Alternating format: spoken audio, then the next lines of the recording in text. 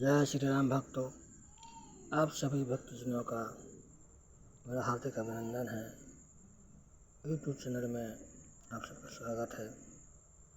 हमारे चैनल श्री राम कुमार पीके को सब्सक्राइब कर दे और हमारा वीडियो को पूरा देखे और अच्छा लगे तो कमेंट बॉक्स में कमेंट लिखकर मैसेज कर दे। तो आज का वीडियो है ईश्वर की प्राप्ति।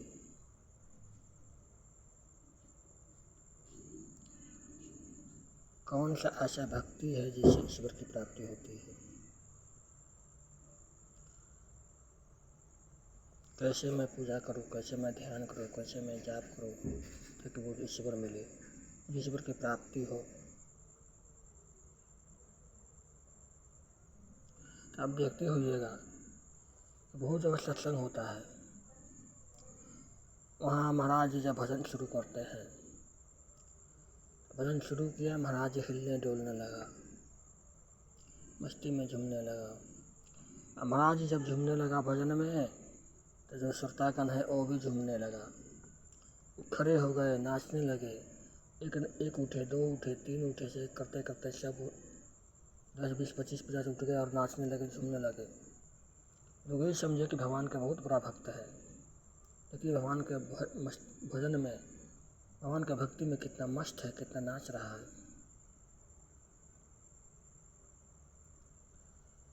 मगर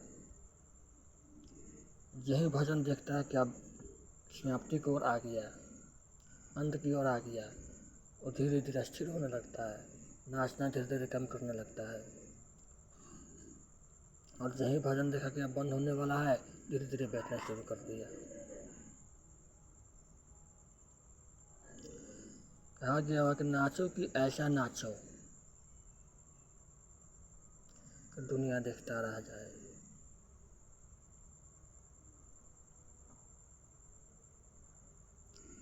एक समय की बात है, महाराष्ट्र में एक संत हुआ करते थे, उन्होंने कथा सुनिएगा, जिनका नाम था हनुमान दास, जो हनुमान जी का परम भक्त थे। हनुमान जी उनको कितना बार दर्शन दिए थे। एक दिन का बात है कि हनुमान जी उनको दर्शन दिए। हनुमान दास बोले कि हे प्रभु, आपसे मेरा एक विनती है, मेरा एक प्रार्थना है। हनुमान जी बोले बोलो, क्या बात है, वत्स कहो। हनुमान दास बोले कि हे प्रभु, मेरा आपसे विनती है, मेरा आग्रह है कि हमारे सत्संग में जो भी भक्त आपको आते हैं सुनने के लिए, उन सभी को आप दर्शन दीजिए। हनुमान जी बोले बस इतनी सी बात है? बोला हाँ प्रभु, आप सबको दर्शन दे दीजिएगा, मैं खुश हो जाऊंगा, सभी खुश हो जाएगा, मेरा यही इच्छा है। हनुमान जी बोले एवं मस्तु, जाओ, मैं दर्शन दूंगा, तुम अखंड भक्ति शुरू करो। हनुमान दास बोले ठीक है प्रभु, मैं अखंड भक्ति करूंगा। हनुमान दास जाकर के गांव में सबको बोल दे कि आज हनुमान जी महाराज दर्शन देंगे, सब लोग कथा में आइएगा। यही सब लोग के कान में आवाज़ पहुंचा कि हनुमान जी दर्शन देने वाले हैं। सब लोग वहाँ गांव के बाहर पहुँचे, वहाँ पंडाल लगाए, लाइट लगाए, दरी बिछाए, बाजा लगाए, हर कुछ किए। जब शाम हुआ, सब लोग पंडाल में पहुँचे, सब लोग बैठ गए। महाराज जी देखे कि सभी लोग आ चुके हैं, महाराज जी भी स्टेज पर आए और उन्होंने अखंड भक्ति शुरू किए। अखंड भक्ति शुरू किए, उन्होंने अखंड भक्ति करते करते करते करते उन्होंने नाचने लगे, और नाचते नाचते नाचते नाचते उन्होंने इतना नाचने लगे, इतना नाचे, उन्होंने सुर बुध सब खो गए। उनका पता ही नहीं चला कि मैं क्या कर रहा हूँ, मैं नाच रहा हूँ कि मैं क्या कर रहा हूँ। वो नाचने लगे, अखंड भक्ति करने लगे। अब इधर जो पंडाल में बैठे हुए थे भक्तगण श्रोतागण वो सोच रहे कि महाराज जी अब कथा करेंगे, महाराज जी अब कथा करेंगे, महाराज जी अब कथा करेंगे।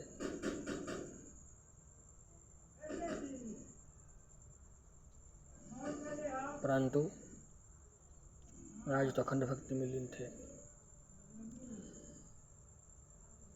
कथा को राह देखते देखते 12 बज गए। महाराज जी तो नाच रहे अखंड भक्ति कर रहे हैं। देखिए 12 बज गए, धीरे धीरे सब उठ के जाने लगे। सब लोग उठ के चल दिए। तब तक 1 बज चुका था। अब वहाँ बच गया केवल 4 लोग, टेंट वाला, लाइट वाला, बाजा वाला, डरी वाला, केवल 4 लोग वहाँ बच गए। अब ये लोग सोचे कि भाई सब तो चला गया, मैं क्या करूँ, मैं यहाँ अकेले क्यों रहूँ। टेंट वाले ने किया कि अपना टेंट को तोड़ा और वहाँ से उठाया, चल दिया। बाजे वाले ने बाजा बंद किया और भी चल दिया। लाइट वाले ने लाइट बंद किया और भी चल दिया। अब केवल बच गया वहाँ एक डरी वाला। अब डरी वाला क्या सोचे कि भाई अब मैं क्या करूँ। डरी तो महाराज जी नाच रहे हैं।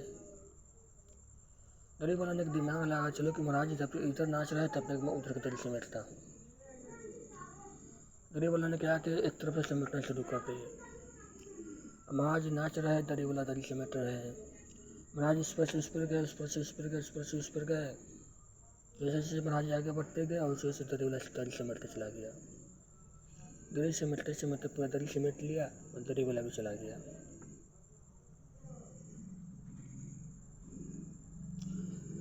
अब बज गया 4 बजे भोर हो गया। जब 4 बजा भोर हुआ तो हनुमान जी दर्शन दिए।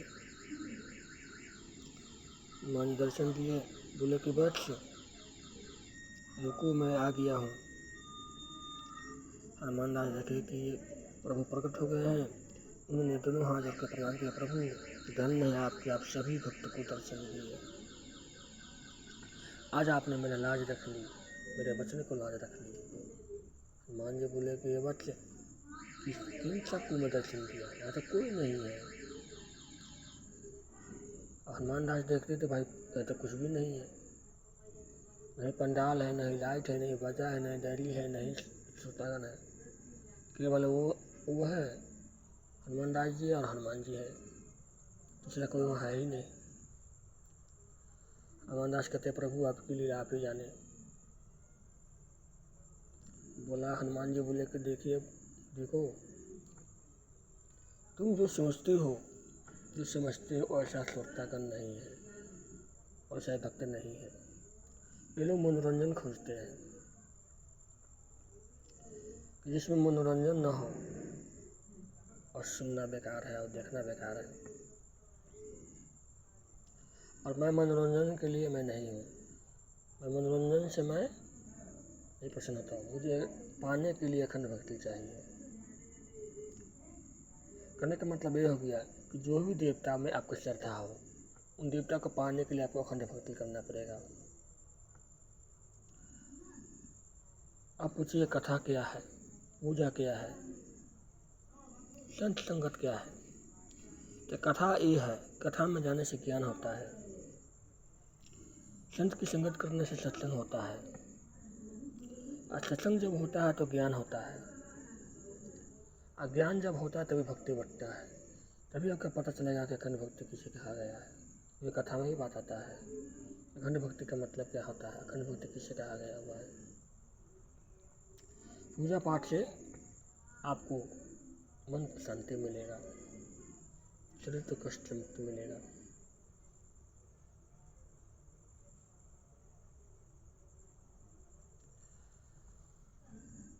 इसलिए कहा गया है कि नाचो कि ऐसा नाचो, हनुमान दास जी की तरह, जो अपने शुद्ध बुद्ध खो जाए, दुनिया देखते रह जाए।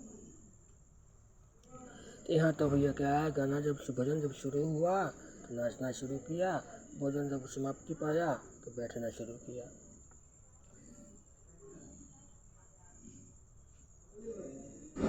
तो सत्संग से ईश्वर की प्राप्ति नहीं होता है, सत्संग से ज्ञान बढ़ता है।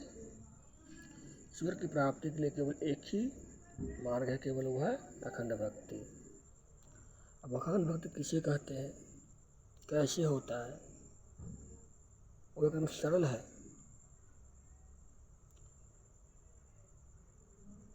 जिसे अखंड भक्ति कहा गया हुआ है एकदम सरल है।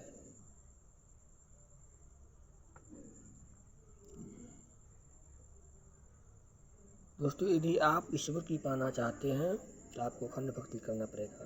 सत्संग में जाइएगा, ज्ञान मिलेगा। इसे कहा गया हुआ है कि तीर्थ गए तो एक फल, संत मिले फल चार, सदगुरु मिले तो अनेक फल, कह गए कबीरदास। कहते हैं कि तीर्थ जाने से एक फल मिलता है। कौन सा फल मिलता है? तो वो फल है हम आप जो कर्म करते हैं, झूठ साच का, छल कपट धन अर्जित करते हैं, उससे थोड़ा मुक्ति मिलता है। वो थोड़ा कम होता है धाम बजाने से। संत मिले फल चार, संत को दर्शन से 4 फल मिलता है। अर्थ धर्म काम मोक्ष से 4 फल मिलता है। सदगुरु मिले तो अनेक फल। कहते जब सदगुरु जब जिसके जिंदगी में आ जाए तो उसे अनेक फल मिलता है, अनगिनत है, उसका वर्णन नहीं किया जा सकता है।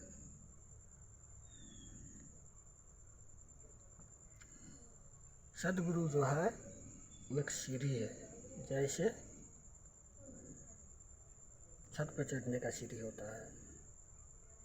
ईश्वर की प्राप्ति करने के लिए सदगुरु जो है एक सीढ़ी है, वही मार्ग बताता है ईश्वर की प्राप्ति कैसे होता है।